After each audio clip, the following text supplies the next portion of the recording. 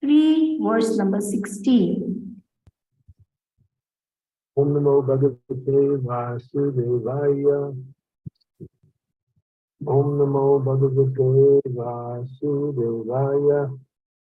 Om Namo Bhagavate Vasudevaya. Tena Payena Bhagavan Kali Dosan Kalo Janaha Vimsayisyatya Yu Paschitams Samme Bruhi Yatam Mone. King Parikshit said, "My Lord, how can persons living in the age of Kali rid themselves of the cumulative contamination of this age? O great sage, please explain to me."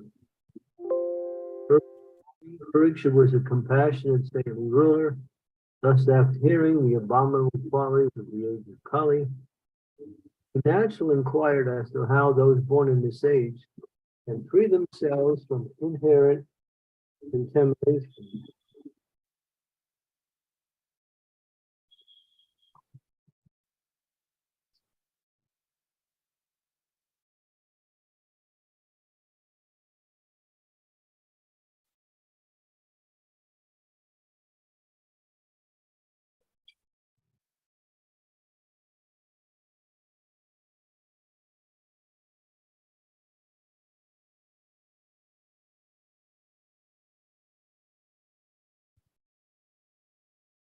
Text 17.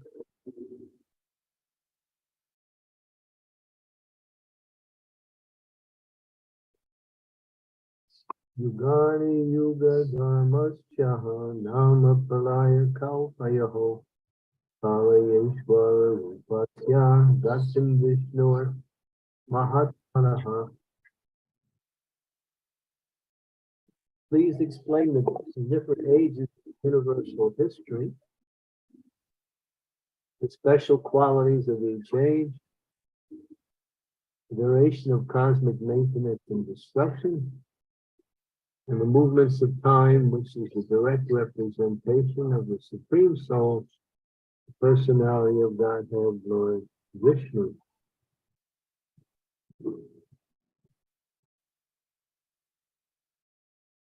Sri Sukha Uvacha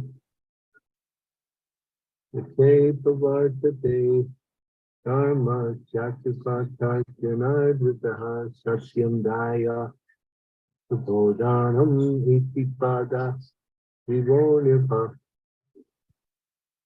Sukadeva Goswami said, "My dear king, in the beginning, during Satya Yuga, the age of truth, religion is present with all four of its legs intact and is carefully maintained by the people of that age. These four legs of powerful religion are truthfulness, mercy, austerity, and charity." Purport. Just as there are four seasons, there are four ages of the earth, each lasting hundreds of thousands of years. The first of these is Satya Yuga, when such good qualities as charity are prominent. Actual charity, here referred to as dhanam, is to award fearlessness and freedom to others, not to give them some material means of temporary pleasure and relief. Any material charitable arrangement will inevitably be crushed by the onward march of time. Thus, only realization of one's eternal existence beyond the reach of time can make one fearless, and only freedom from material desire constitutes real freedom. It enables one to escape the bondage of the laws of nature. Therefore, real charity is to help people revive their eternal spiritual consciousness. Religion is referred here to as Vibhu, the mighty, because universal religion's principles are not different from the Supreme Lord himself, and ultimately lead one to his kingdom. The qualities mentioned here, truthfulness, mercy, austerity, and charity, are universal, non-sectarian aspects of pious life. In the first canto of Srimad Bhagavatam, the fourth leg of religion is listed as cleanliness. According to Vishwanath Chakravarti Thakur, this is an alternative definition of the word dhanam in the present context. Umagyan Timirandasya Gyanajana Salakaya Chaksun Militam Yena Tasmai Shri Gurave Namaha Nama Om Vishnu Padaya Krishna Prasnaya Bhutale Srimati Bhakti Vedanta Swami Niti Namine Namaste Saraswati Deve Gauravani Pacharine Nirvisesa Sunyavadi Pasyatya De Satarine Vanchakalpatarubhischa Kripa Sindhupe Vacha Titanam Pavanebhyo Vaishnavebhyo Namo Namaha Jai Shri Krishna Chaitanya Prabhu Nityananda Shri Advaita Gadadara Srivasari Gaur Bhaktivinoda Hare Krishna, Krishna Krishna, Hare Hare, Hare Rama, Rama Rama, Hare Hare. So, as is described here, in the Golden Age, Satya Yuga, also known as Krita Yuga, it is religious principles were prominent, and the foundation or the legs upon which religion stand are four: truthfulness, cleanliness, austerity, and mercifulness. In this age of Kali, of course, in the different ages, as we go through the annals of time, we find as time moves forward, these religious principles become less and less.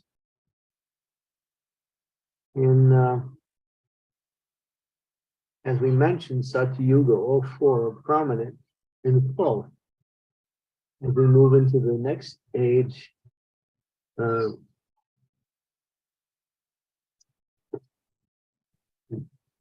Treta Yuga, we find mercifulness becomes less. No, let's see. No, austerity becomes less. No, on Dwapara Yuga, austerity becomes less. Treta Yuga, cleanliness becomes less. And in Kali Yuga, mercifulness becomes less.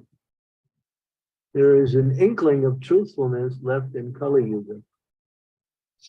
So as the ages go on, these four are gradually whittled away, lessened, and practically mercifulness, austerity, and cleanliness is lost. A person taking a bath, a person is considered to be clean if they simply take a bath. Well, that is not the standard of cleanliness. Austerity has been lost by more and more sense gratification, and mercifulness is completely gone in this age. People are not merciful. Prabhupada says they go around, someone will be killing somebody in public on the street and nobody will do anything. So, yeah, or nobody will come to the rescue of that person anyway.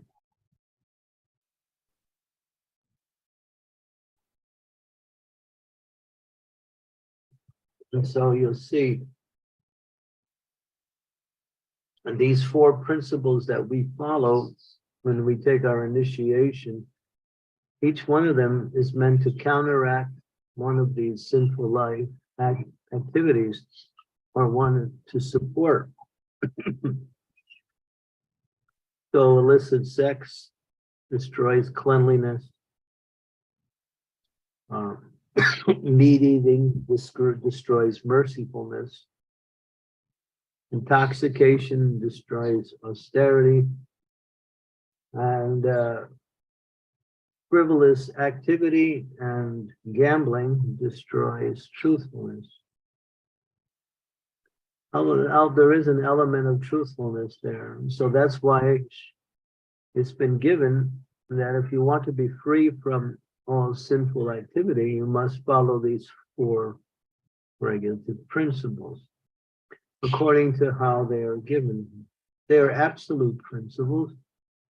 They are based on the psychophysical nature of the living entity and the principles given in the Shastras. They're not whimsically applied by some sadhu. They're actually standard principles by which one can push back the age of Kali. When Maharaj Parikshit, as it's mentioned in the first canto, when Maharaj Parikshit was touring his kingdom, he saw a fourth-class man beating the legs of a bull. And the bull was shivering in fright and standing only on one leg. Three of the legs had been broken. So this was the indication of Kali Yuga. And cow, which is the personification of religion, was gradually being destroyed. So you see in this age, cow killing and bull killing is very prominent. They kill cows whimsically every day. Thousands and thousands of cows around the world go to slaughterhouses simply to satisfy the palate of lusty people, and at the same time create an economic adventure for others, or the same people actually. So cow is very dear to Krishna. Krishna is called Gopal. He gives protection to the cows. He's called Govinda, one who gives pleasure to the cows. His planet in the spiritual world is called Goloka, the planet of the cows. The cow is the most beneficial of all living entities. She gives the most nutritious foodstuff, milk, which is necessary for finer brain tissues in order to understand higher religious principles. She also provides in the form of dung, cow dung. He can provide for cooking. You see how they do in India. They take the cow dung, they mix it with some straw, they dry it out, and then they have fuel for cooking. That also can be transformed into heating, or you can heat your house with methane gas coming from cow dung alone. The cow, when she walks onto the field, she fertilizes the field with her hooves. The bull is like the father. He does the hard work, plowing the field. And so this animal, the cow and the bull, are being systematically destroyed in this age of Kali. And because of that, there are so many wars.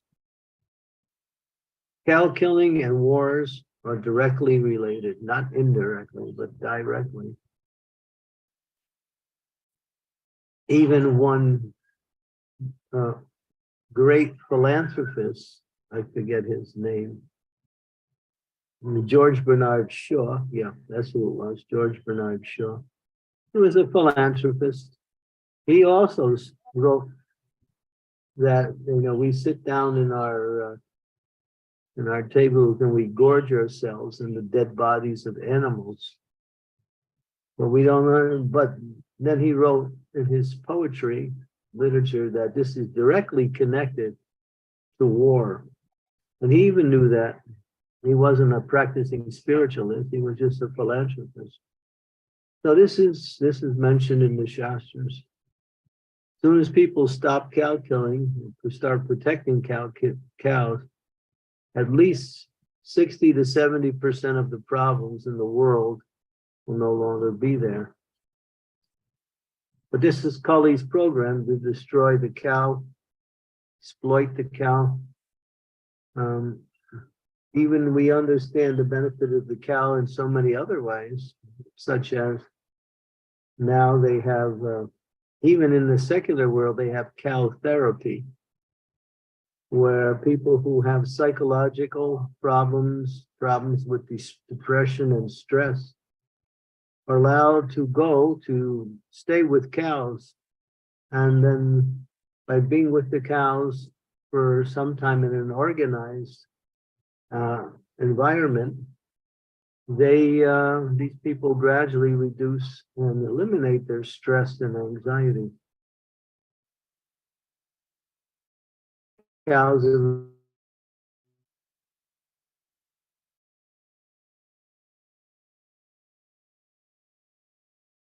meditation. They're simply sitting there chewing on some grass or some hay, or maybe some gore, or other foodstuffs they give to the cows. Cows look very peaceful. You can feed them, you can pet them, you can brush them. In our Govardhan Eco Village, for guests who come, we have a program. They come and they brush the cows with these brushes. It's more like these steel brushes. And it makes the cow's body look very clean and very neat. The cow is very, very beneficial. Everything about the cow is auspicious. You see, Lord Sri Krishna is presented in many environments there with cows, playing with cows, petting cows, showing affection to cows. Cows show affection to him also. So how dear the cow is, and this is the heart of Kali's attack upon the world, is destroying cows. And austerity, lost by intoxication, so many forms of intoxication. Now you can go anywhere. Even when we were starting our restaurants in our movement, people would say, "Why don't you have some wine or a little light liquor? Then you will draw more people to come." And of course, we never acquiesced to that. Because we don't know, it breaks the principles and we don't follow that. But people are always encouraging, wherever there's food, there should be some kind of intoxication along with it. It helps you to digest, they say. So they eat their meat and they can't digest properly, so they take a little wine with that and some red bread that's 300 years old. So this is Kali Yuga. It's a very ridiculous age. People are engaged in the most ridiculous activities. And it's all centered around sinful activities.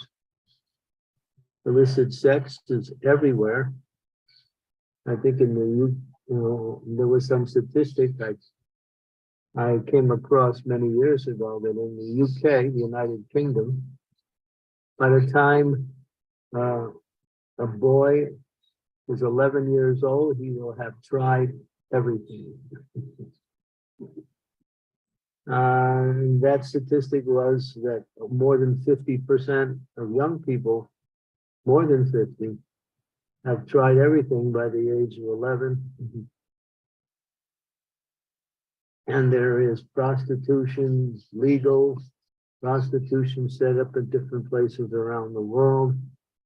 There's a whole program of kidnapping children and bringing them to Islamic countries and giving them to these big rich people in Islam. They keep as concubines there.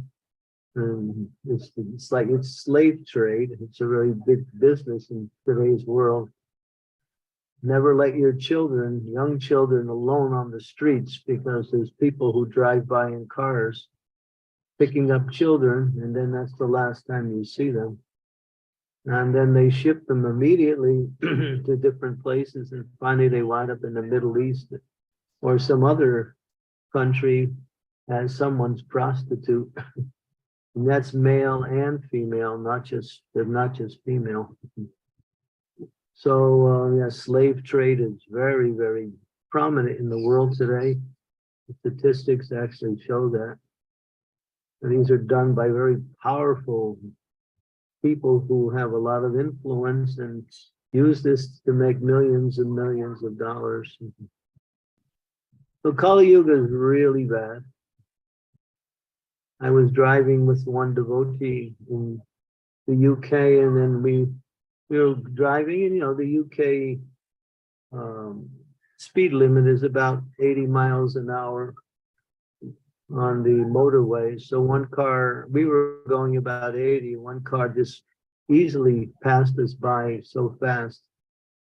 I was thinking, wow, my guy must be going over 100 miles an hour. And I said to the driver, wow, doesn't he know about the speed limit? He said, that's a stolen car.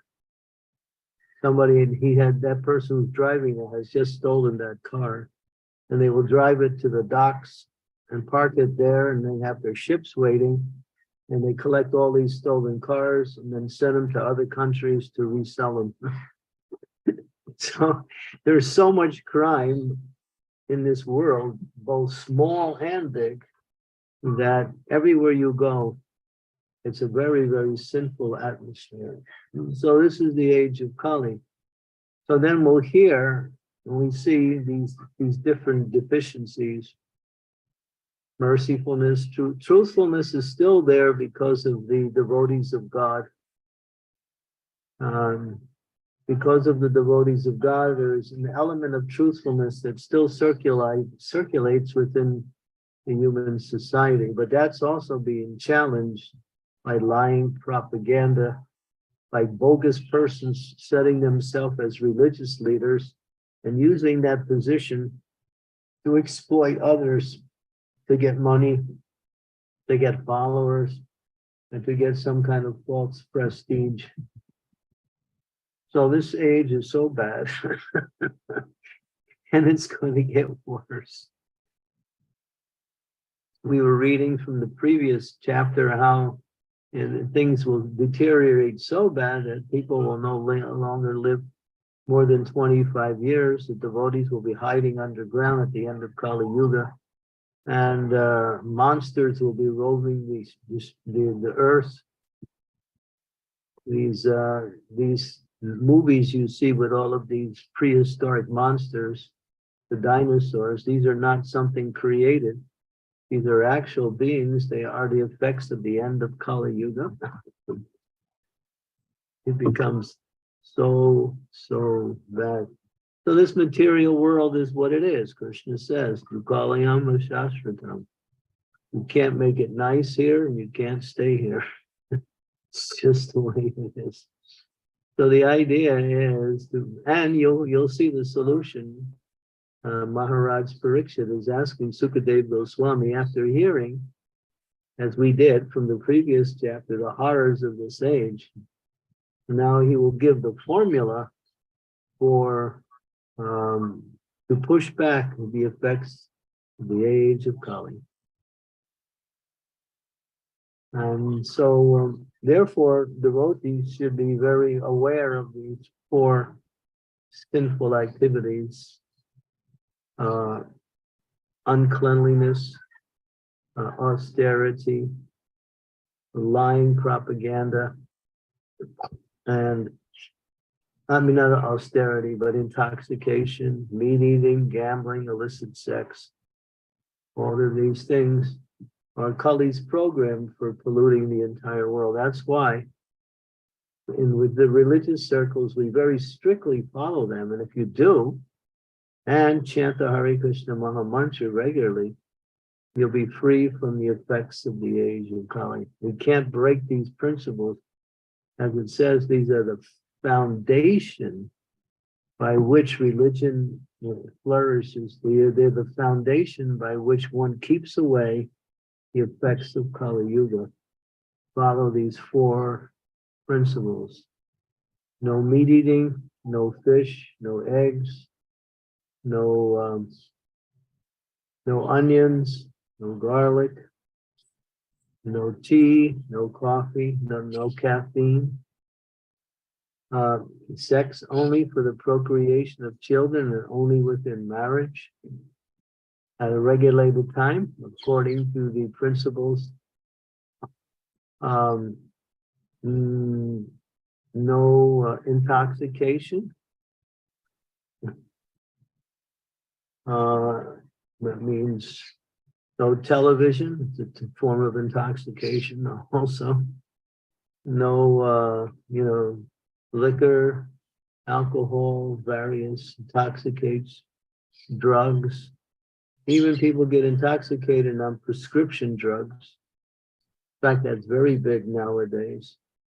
People know certain prescription drugs that cause intoxication, and they also go for that.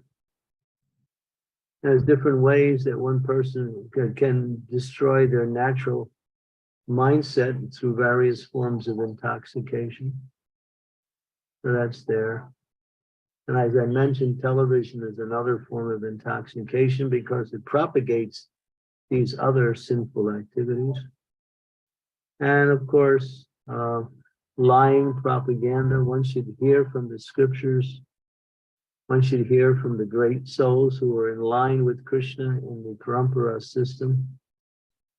One should not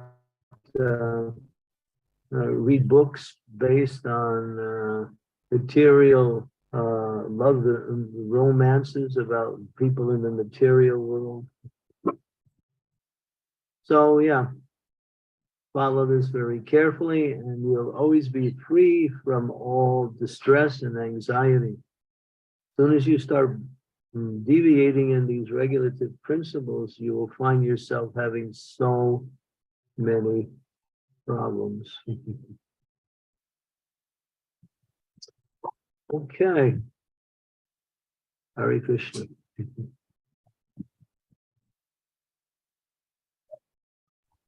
Thank you, Maharaj, for graphically presenting to us what Kali Yuga is doing and how rapidly it is advancing and how difficult the scenario has become even just to live here in this very dangerous and degraded age. And we have the formula. Thank you for reminding us of that. Dear devotees, if you have any questions, if you have any doubts that need clarification, now is the time. Please ask whatever your heart desires. Thank you so very much. And by distributing transcendental literature, we destroy in this lying propaganda. That's why Prabhupada said distribute these books and propagate truthfulness in the form of transcendental knowledge coming from Krishna, coming from the self-realized acharyas. This is also a feature to push back the age of Kali.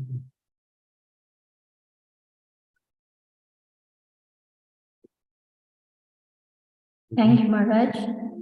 While devotees are still thinking of their reflections or questions, Maharaj, would you be so kind as to tell us this problem of human trafficking that you mentioned, small children being picked up, abused, and so on and so on. Even, we know what is happening even within our, ISKCON. How can we sensitize everyone to protect our children?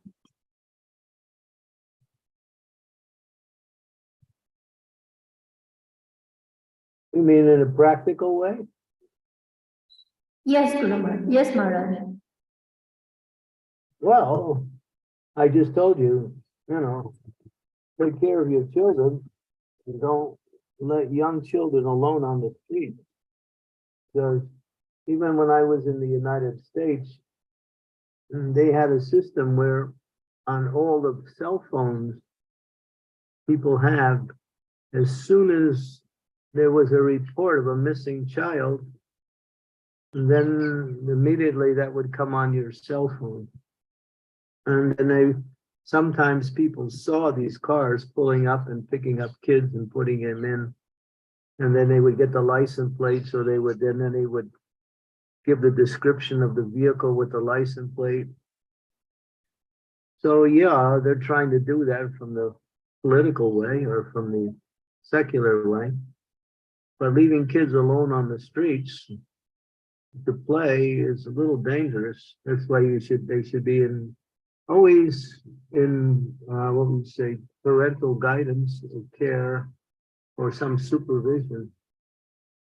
Playgrounds are there, they're more, but they also have to be, what we say, governed by people who watch after the kids. So if you're going to have children, you have to make sure you have to give them complete protection. That's one way. Of course, children can get into bad association also and pick up bad habits. That's another thing that one should make sure that children always have the good association. In other words, other kids who are like them. So yeah, we have to be very careful to give protection to the children. Children need protection, women need protection, old people need care and protection, cows especially, and Brahmins who depend on the mercy of others for their livelihood.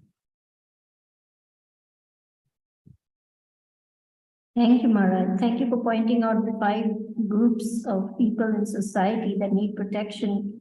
We have our Adopt a Cow program where people take care of mother cow, but there's very little protection as such for the elderly devotees or the ladies.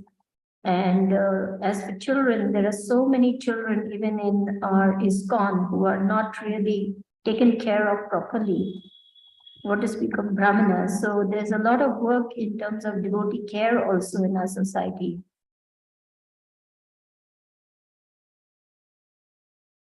And Guru Nasasya, Jananena Sasya, Patina Sasya, Namochaya Savapetru Mintu. Don't become a mother, don't become a father, don't become a teacher, don't become a guru, unless you can deliver your disciples, your children from the cycle of birth and death. In other words, care, personal care is one aspect of care.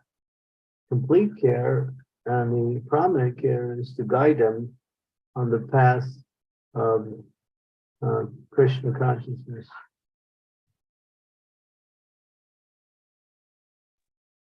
Yes, Maharaj, thank you. Very beautiful words, very, very beautiful words. You quit saying thank you all the time. This is not a program of thank you. I'm answering questions, that's all. Yes, Maharaj. You can respond by others and making other statements in relationship, but it's not a process of saying thank you every time I answer a question. This is not the program. I'm not here to get thanked. I'm here to give knowledge. It's just like when we give a class, the same thing. We don't say thank you every time when, if the person who gives the answer says, do you understand? Then you can say something, but otherwise we're making a philosophical dialogue here. It's not a mutual praising society. Yes, Maharaj. This is the verse you quoted is from King Rishabhadev's instructions to his sons. Very beautiful chapter in Srimad Bhagavatam, and one of the most oft-quoted verses is the one which you mentioned. Yeah, Dear devotee? Yes, Maharaj? yeah, correct. Rishabh Prabhu, please go ahead. Hare Krishna, dear Maharaj. Hare Krishna, dear Vakshanas. Please step a humble basis of Lord Srila Prabhupada. Thank you very much, Maharaj, for mentioning that the power of the Sankirtan movement. Unfortunately, when I go to the streets and try to dispute these books, I see how much people are in ignorance, how much they are ignorant of the knowledge, and most of the time they are not interested, thinking that the way of life they are having is the best. So I'm just curious, how much should we try to convince them, and or how much we should just go on with just to find the sincere souls that are ready and just go with them, or how much should we put in endeavor for each individual? Well, the book speaks for itself. If they get a book, they're going to be benefited. We have to encourage them to take these books and spend time to read it. All you have to do is describe the glories of what you're teaching. What is this knowledge? How it can help you, free you from anxiety, how it can teach you about who you are and how to. You describe what's in the book as you're giving out the books. If people ask questions, then you respond accordingly. So, but glorify the book. Thank you. That's a great point, Maharaj.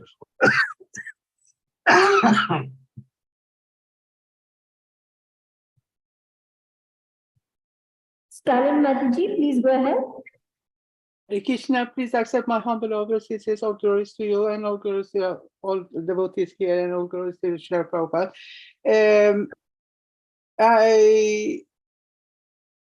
I have read so many times that in older days, it was much, much easier to distribute the books, and people bought it and liked it and so on.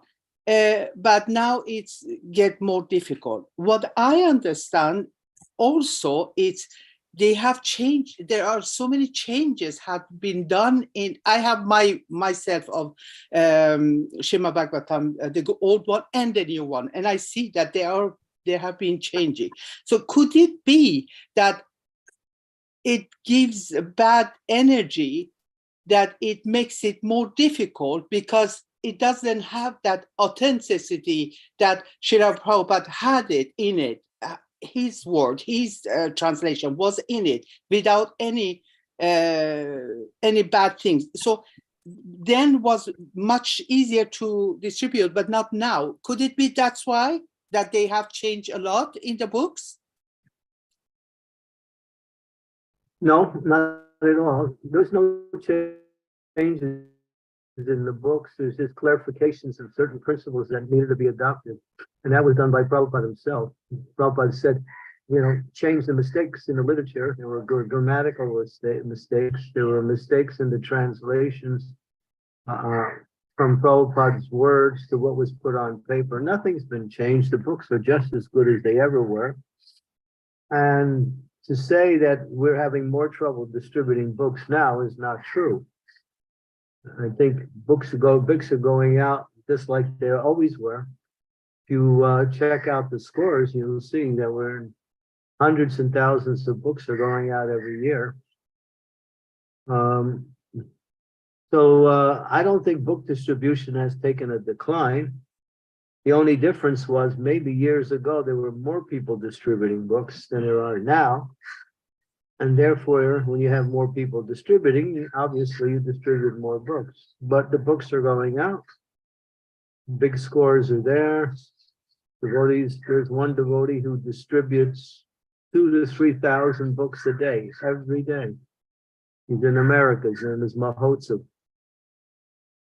He's one of the very popular, he distributes at least 2,000 books a day. And so book distribution is going on.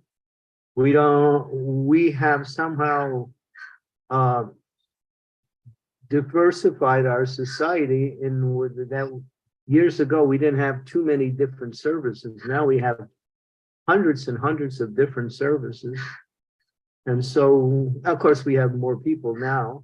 So there is not as much focus on book distribution as it was when Prabhupada was here. That's all. The books are the same. The books are just as powerful as they always were. There hasn't been any changes in the book.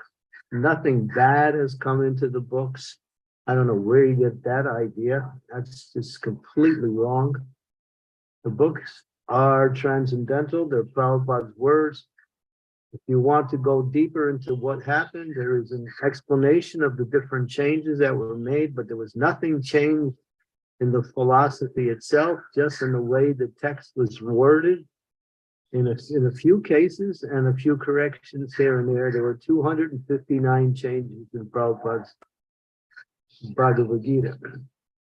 So please don't propagate this idea that the books are less important and then they're ruined by now. This is completely, if this idea gets out, people will start to think in that way, and then we will be, but it's not true, not at all. The people who did the changes in the books were authorized and told by Srila Prabhupada to make these changes because he saw, just like I was just listening to Prabhupada the other day, and they were reading one verse, and they said something in the verse. Prabhupada said, no, it shouldn't be like that. Change that word. It's wrong. So when people wrote down the verse, just like it said, instead of saying cow protection, they put cattle raising.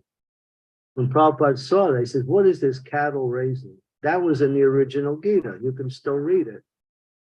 We're into cow protection. So it was changed to cow protection. So the changes were only improvements, not simply deviations in the philosophy, or adding or taking away from the essence that was already given by Srila Prabhupada. They made a lot of grammatical mistakes. Some of the people who were listening to Prabhupada when he was speaking the words were writing it down, but they heard him wrong.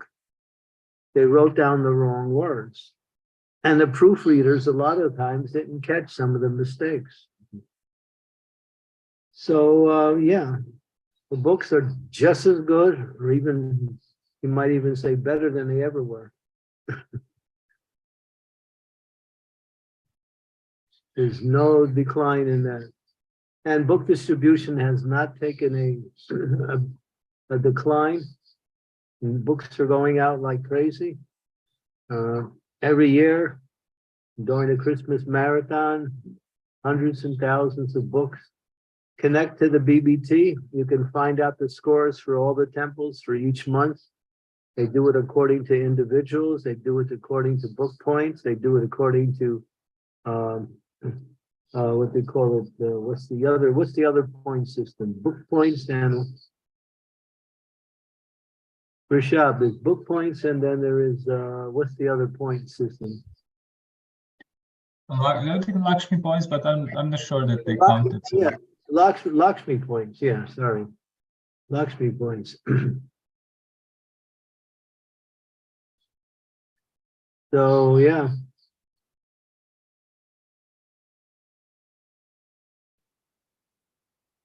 There are people out there every day. Many around the world. On this point, Maharaj, you just mentioned, I think a few days ago, that Ukraine has the topmost scores for book distribution in spite of the war and everything going on. They've been going out there and distributing books, and they have the highest scores, if I remember correctly. Yeah, this was just scores for certain, for a couple months. But, you know, just, but the many places around the world are putting out books like crazy. Mhm. In different ways now. We used to sell books just on the street. Now we sell it through, you know, through the mail. We also we put books in hotels, just like the Christians put their Gideon Bible in the hotel. Now we have our Bhagavad Gita in hotels. Shopkeepers take our books and distribute them to their customers. We even have a book vending machine where you can, just like you put your money in a vending machine, you pull a lever and you get some potato chips or something. They have book vending machines now where you put your money in, pull it out, and you get it back. You get a, you know, Beyond Birth and Death, or one of those small books. And so we've thought of different ways. We also have, what is it called? Shastradan. Shastradan is somebody will make a big donation and sponsor like 100 books. And then those books are taken and distributed out like that, free of charge, because it's already been paid for. And so book distribution is going on. You want to learn more about book distribution, there's two things you can do. You can connect with Vaisheshika's, you know, site. I'm not sure what that site is, but, and then the BBT keeps scores on books. And also read Vaisheshika's book, what was that?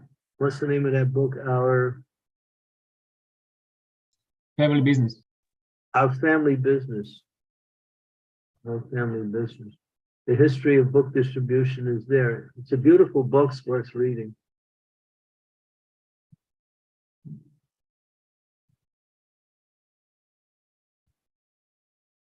And every time I turn around, there's another book being printed. I've been in India since the last 4 months, and people are giving me all these new books that are coming out. I can't even carry them around anymore. But Prabhupada's Bhagavad Gita will always remain prominent as the way to distribute books.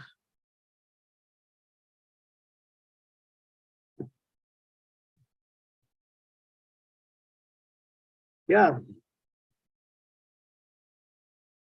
Nothing is lost. No changes have been made. Just clarifications. That's all. Joy, all glories to the book distributors and all glories to Srila Prabhupada's books. So enlivening to hear how wonderfully book distribution is going on. Dear devotees, if you have any realization, if you have any experiences you want to share, please go right ahead. I'm sure Rishabh Prabhu has a lot of experiences to share out on the streets doing books. Would you like to say something? Well, I think I'm the least one actually to speak about this. I don't know, what do you like to hear? No. Well, just some realizations or something that you would like to share with us about Srila Prabhupada's transcendental books and the book distribution program.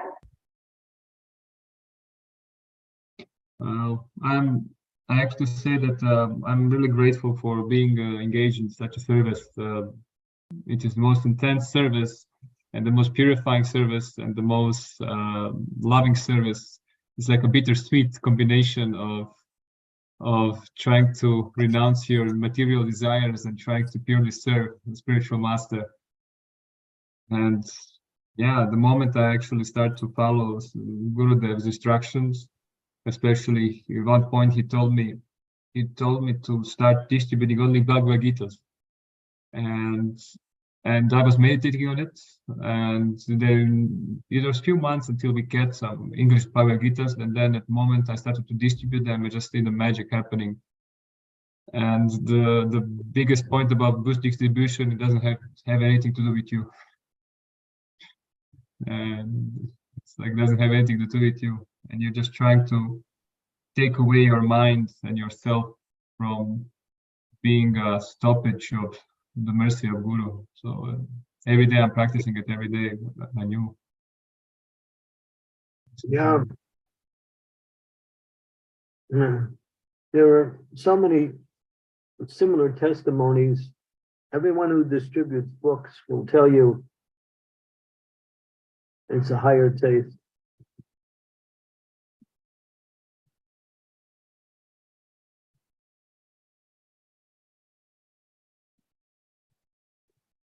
Thank you.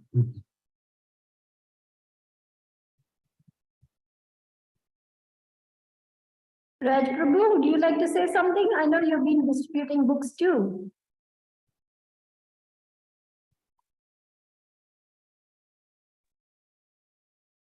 I haven't done a great deal of book distribution. I did a little bit a year ago. That was my first attempt. And then I was with the South London Temple devotees distributing. So this was my first time I went out during a marathon. And yeah, it was very challenging. It was taking me completely out of my comfort zone. I was approaching people without any discrimination whatsoever, anyone that came in my path, most of which were people that I would never ever dream of approaching in the normal course of life. But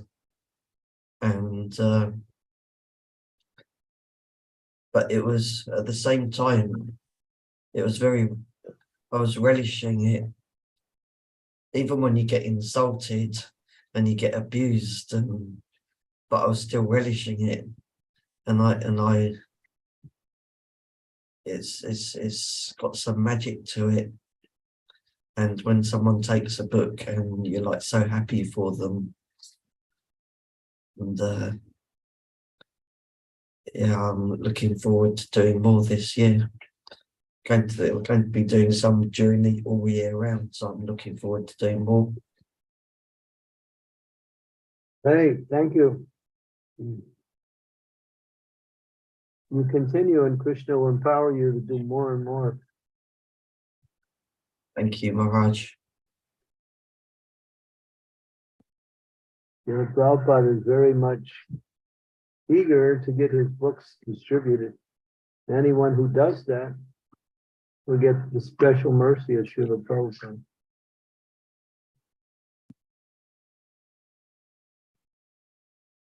Jai. So That dear means- devotees, That means your ticket back to Godhead.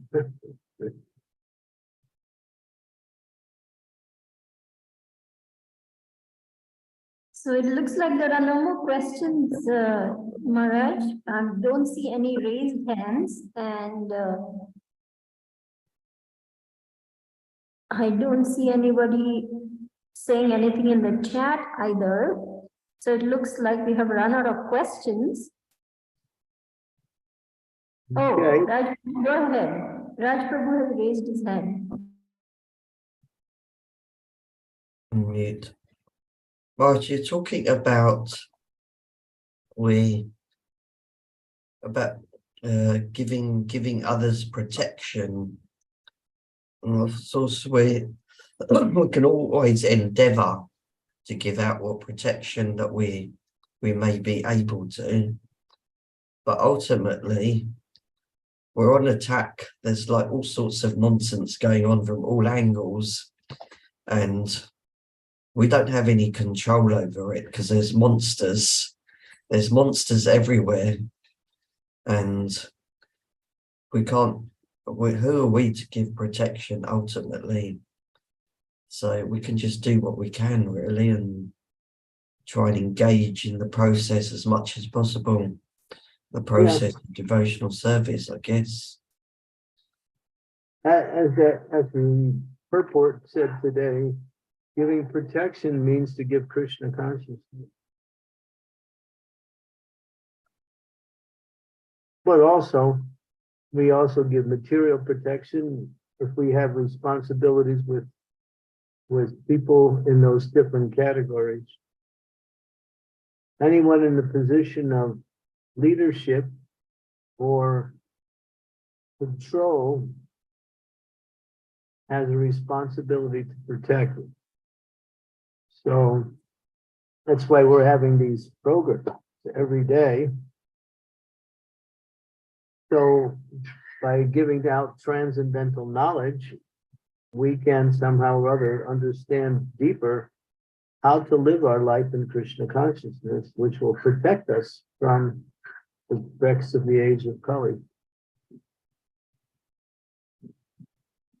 So transcendental knowledge is a feature of charity. It's the highest form of charity. Not a feature of charity, it's the highest form of charity. When you know who you are, what is your relationship with God, then you know your relationship with all living entities.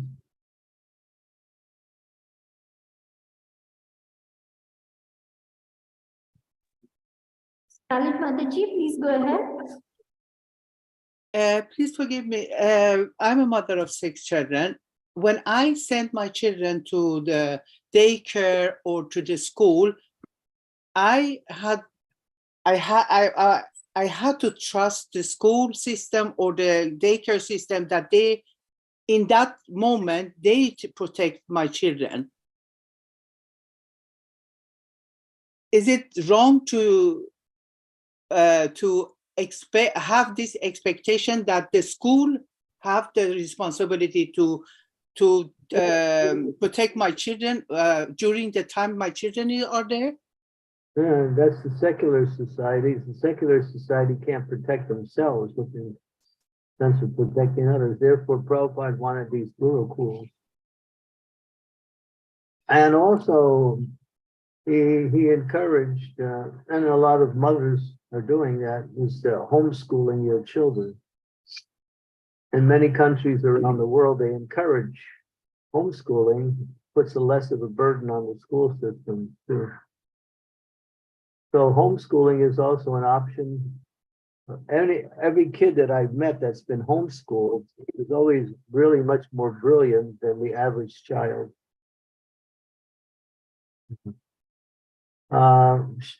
And that you can do that even from the very beginning, all the way up till they get to university level, then you send them to the universities. But these schools are usually places of crime, places of illicit activity. I was with one young boy. He's a disciple of one of my disciples. He's a son of one of my disciples. He's about 14. He goes to public schools. He was saying in the public schools, the kids go into the bathrooms and they steal the sinks, and they steal the toilets. They actually unscrew the sinks from there and take them home. They take the toilets out. Sometimes they attack the teachers. And these schools are just like hell, especially city schools.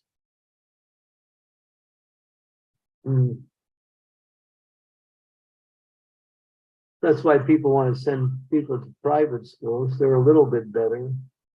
Then you have the Waldorf school, which is even better.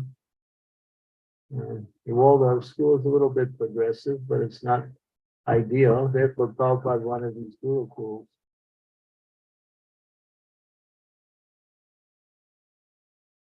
I sent, maybe many of you saw it, I don't know, I sent about a week ago, a statement by the mothers of the children in Mayapur who are sending their kids to the Mayapur school. If you read that, it's on the conference, Candramauli Swami conference, about a week ago, and you'll see how they praise these gurukuls, how much they've done for their children. They only have good things to say about it. First, they have the universal school there, and they have the gurukul. They have two types of schools there. So educating our systems within our own society, you'll get, everything there, protection. And of course, we have to train our teachers to come up to the standards of being ideal. But now there's been a greater form of selection of teachers who are competent to train and teach children.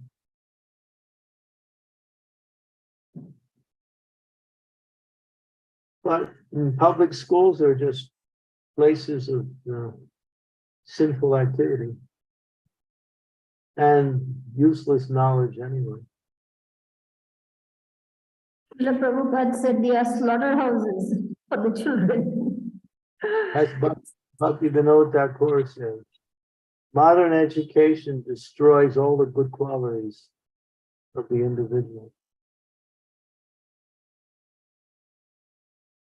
It's a fact that when a child is about 4 or 5 years old, their intelligence is really clear and sharp. You take that same kid and send him to school, and after about 15 years of school, they become less stupid, they become more stupid, and the quality of their intelligence decreases.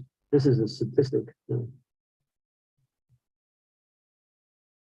Because television, sense gratification, bad education, education based on getting a job. Real education is Brahma Vidya, not this Silpa Vidya, which is material education. Nowadays, people become computer operators, but that's Sudra work. That's all it is. It's not real education.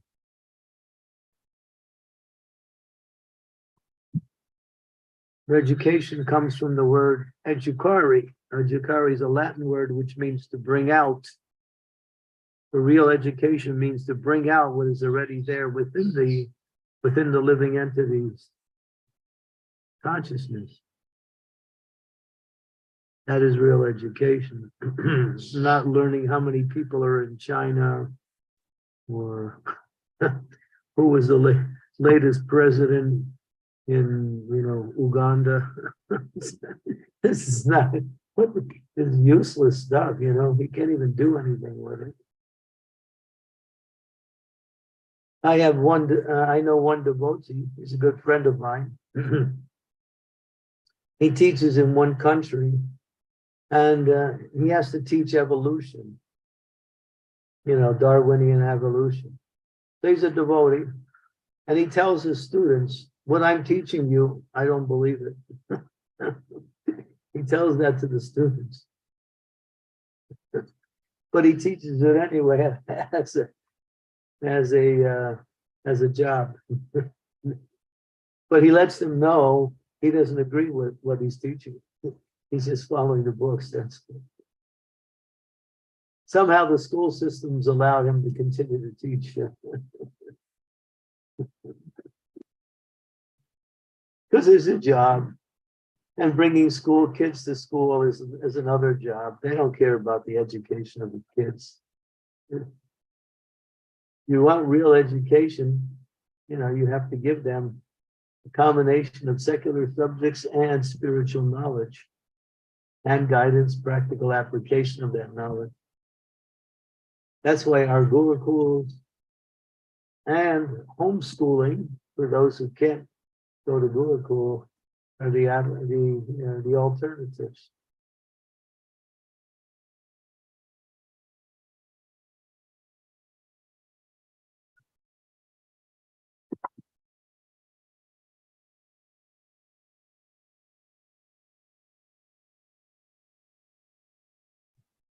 Really amazing to find out that the Gurukuls are much more efficient, and homeschooling. I'm going to use this for my preaching.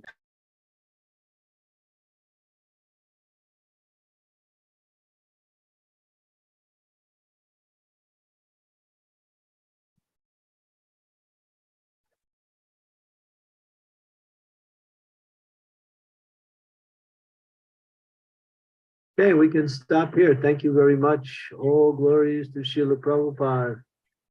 Srila Prabhupada ki jai. Sure. Read and study Prabhupada's books and you'll always be happy. And distribute them also. Thank you very much, Guru Maharaj. Hare Krishna. Srila Hare Prabhupada ki jai. Jai. Jai. Guru Maharaj ki Jai.